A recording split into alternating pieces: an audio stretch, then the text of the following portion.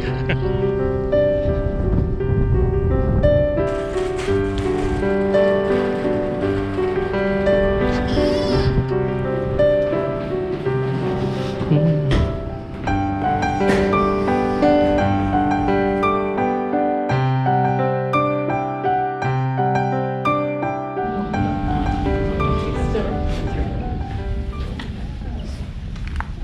Hello. So we are the Bean Green team. I'm Patricia. How about you? I'm Ryan. And I'm Chris. And we are presenting Zenith Plaza. And this is a rendering of our tower. It's based off the Empire State Building. All glass. So what we'll cover in this project, or in this presentation. So our first section is about the project, but mostly we're going to focus on our structural design, our floor framing, our lateral load, foundation, and then we'll see our material takeoff and our conclusion. So about the project. So we're going to propose our building in New York at 514 11th Ave, 522 New York. Currently on site, there's nothing there and it is vacant, so we can start construction right away. We chose this site specifically for two reasons. One, because it was large enough to hit our tower. Two, because it's central in New York. If you can see to the left, we have the ferry right about 1 block away, and it's about 1 subway station right away from Empire State Building, which it's firmly designed after. For our structural design criteria, we choose to follow the design loads on AS CE495 and also New York City Building Code 2022. These are screenshots from the New York City Building Code, and these are some of the load combinations that we used. For the load, since we have a commercial building, we used an office space with computer use. We used a uniform load of 100 tons per square foot. So following the same building code, here's a map of Manhattan with the exposure of wind loads. And here we have our exposure is C. The second table is some basic wind speed. We choose category risk of 2, and we designed for 117 miles per hour. And the mean source was 700, and which means 7% chances that we're gonna hit 117 miles per hour in 50 years. Finally, there's some seismic ground motion values. We didn't cover seismic design in this class, but according to the New York City Building Code, we need to include that in our design. For our floor framing system, we had a couple iterations and a couple changes while progressing in our floor system. So we mainly choose to have 20,200 square feet, and this span, we have the maximum of 40 feet and 30 feet minimum. Our primary beams span also is between 40 and 30 feet. Secondary beams, same thing. We try to cover a tributary area of about 10 feet for each beam. For the columns, they're gonna have half of the slab and basically half of the other direction.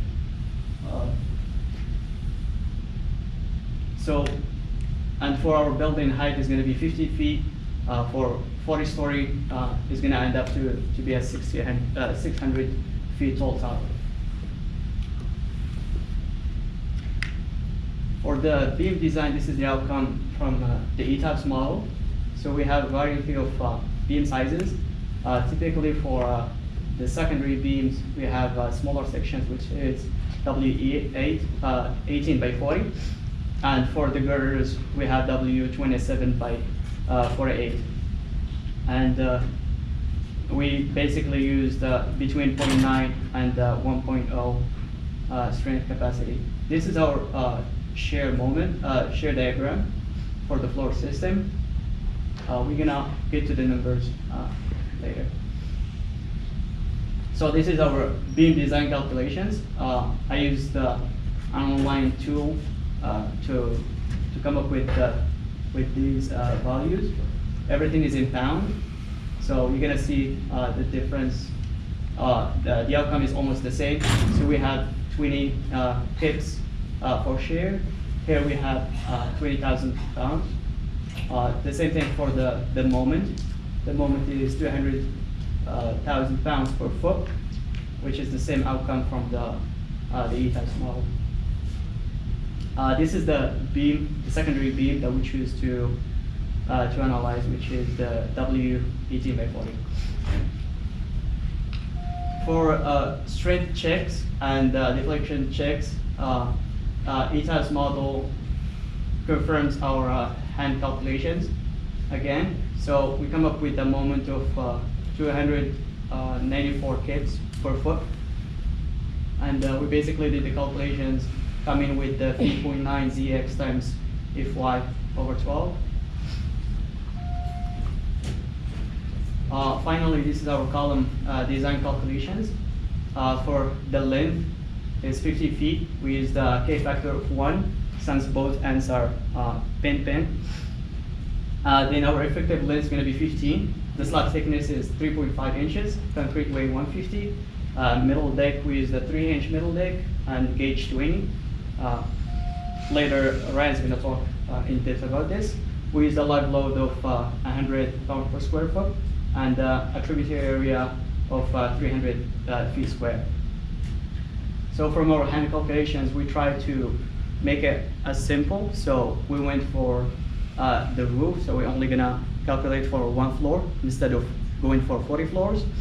And our outcome is about 370 kips for the allowable load. All right, so for our floor framing system, we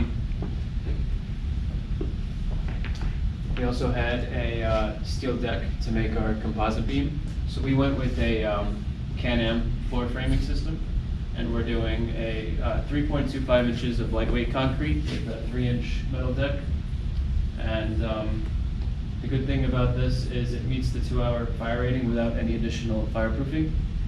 They're going to be spanning 10 feet, and with that span, we found that 20 gauge steel is sufficient, and that it could handle 340 pounds per square foot. And as I said, this will create a composite beam and allows us to use smaller floor beams. For a lateral load resisting system, so this was for when we looked at our wind service load of 93 miles per hour, and we calculated that it could move, our building could move about 20 inches at the top. So our first iteration was really bad.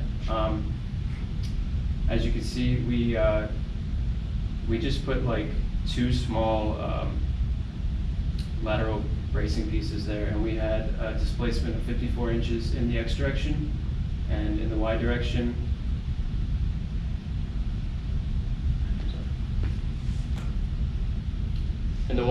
which is our strong direction, it was better. Well, first, in the Y direction, that's our strong axis. So we, going forward, we just looked at the X direction because the X direction is what we needed to improve on.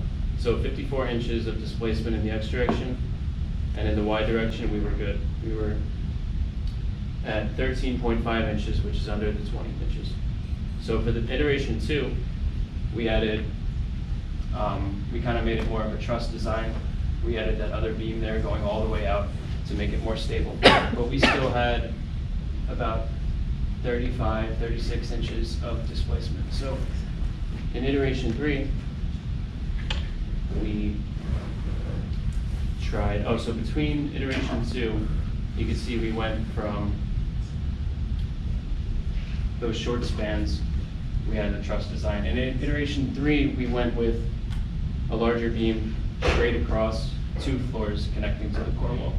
And we found that helped a little bit, but it was still too high at about 28 inches. In iteration 4, we added even more bracing. Went down a little bit, but it still wasn't enough at about 20 inches. In iteration 5, we just played around with changing the core wall. We wanted to see what it would do. We went with a 28-inch core wall all the way up with no bracing. Still too much displacement. And this is our final iteration, iteration 5.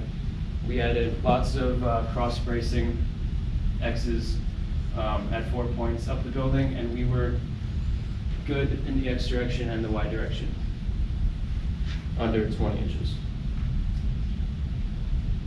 And this is our shear force diagram with that final iteration in the X direction and Y direction. And this is the moment diagram in the X and Y direction for ultimate wind load of 117 miles per hour.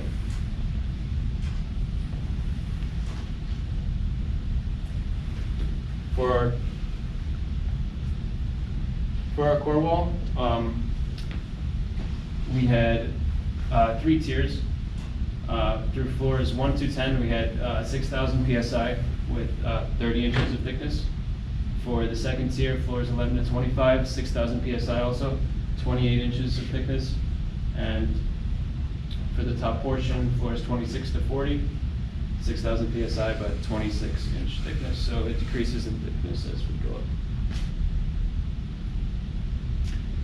So next we're going to talk about the foundation system. So our foundation is going to be a mat foundation. Since our building's footprint's roughly like 140 by 170, we made our mat foundation 150 by 180 at feet at 80 inches deep. We use 6,000 PSI concrete. The soil bearing capacity for the site is 20 KSF. Here you can see the diagram from SAFE, which shows that the max deflection under the 1.2 dead load and 1.6 live load is 0.6 inches. And that's located in this area here, which makes sense because that's where our core wall is. This shows the soil bearing pressure for our site. Sorry, the soil bearing pressure based on the loading under a dead load plus live load. The maximum values that we found were 20,000 PSF, and again, that's located inside the core wall. This shows you soil bearing pressure.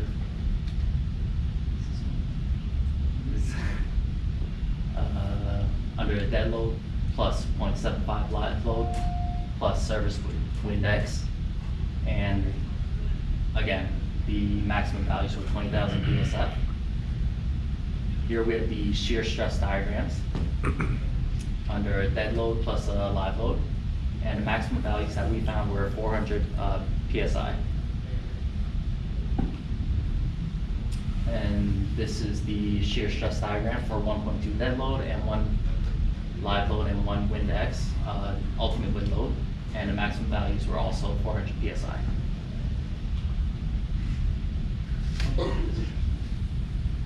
This here is the reinforcement, the rebar for our foundation. We're using typical reinforcing of number 11 bars spaced 12 inches apart on top and number 11 bars spaced 12 inches apart on the bottom. There are areas there that we're going to need additional reinforcements, so we're probably going to bundle together number 11 bars for that. And then our material takeoff.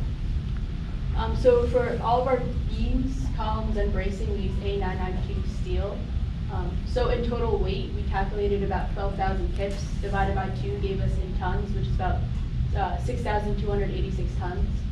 For our wall, because we used 6,000 PSI up, we only had one object per wall. And then under concrete, it also included floor.